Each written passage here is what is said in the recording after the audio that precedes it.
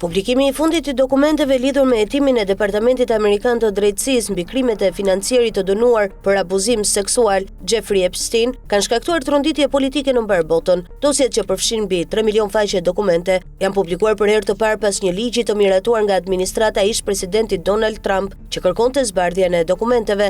Epstein u dënua për abuzime seksuale në vitin 2008, por shmangu akuzat federale që mund ta dërgonin në burgim të përjetshëm, duke përfituar një dënim 18 mujor dhe leje pune gjatë ditës. Ai u arrestua sërish në 2019 për trafikim seksual të miturve, por vdiq në qeli para fillimit të procesit. Dokumentet e reja zbulojnë komunikime dhe takime të Epstein me figura të fuqishme nga e gjithë bota, duke përfshirë politikan dhe biznesmen nga India, Australia, Mbretëria e Bashkuar, Norvegjia dhe Slovakia. Dosjet tregojnë biseda midis miliarderit indian Anil Ambani dhe Epstein pas dënimit të parë të tij në 2008. Ambani kërkonte ndihmë për të organizuar takime të kryeministrit Narendra Modi me zyrtar të lartë amerikan, duke përfshirë Jared Kushner dhe Stevie Bannon. Dosjet zbulojnë gjithashtu përgatitjet për vizitën historike të Modit në Izrael në 2017, ka shënuar një ndryshim të fortë në politikën tradicionale indiane ndaj çështjes palestineze. Emri I Kevin Rudd shfaqet në dosjet e Epstein në lidhje me një takim në New York në vitin 2014, pavarësisht se Rudd mohon të ketë pasur ndonjë marrëdhënie miqësore me Epstein. Dokumentet tregojnë përgatitje të veçanta, duke përfshirë kërkesën për ushqim jo vegetarian për Rudd.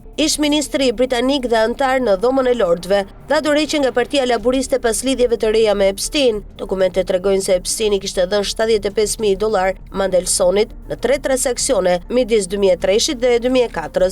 Dosjet zbulojnë mira emailë midis Epstein dhe princeshës Mette Marit, duke treguar marrëdhënie të afërta personale gjatë viteve. Këto zbulime ndodhin në një kohë të ndërlikuar për familjen mbretërore norvegjeze, pasi djali I saj përballet me akuza për përdhunim. Dokumentet gjithashtu kanë çuar në dorëheqjen e Lajçak, shkruan Al Jazeera, duke treguar takime dhe mesazhe të shkëmbyer me Epstein në 2018 mbi gratë gjatë mandatit të tij si ministër I jashtëm. Zbulimet e reja po nxisin debat të fortë ndërkombëtar, duke rikthyer vëmendjen mbi ndikimin global të Epstein dhe rrjetet e tij me figura të larta politike dhe ekonomike, ndërsa disa prej tyre mohojnë çdo përfshirje të paligjshme.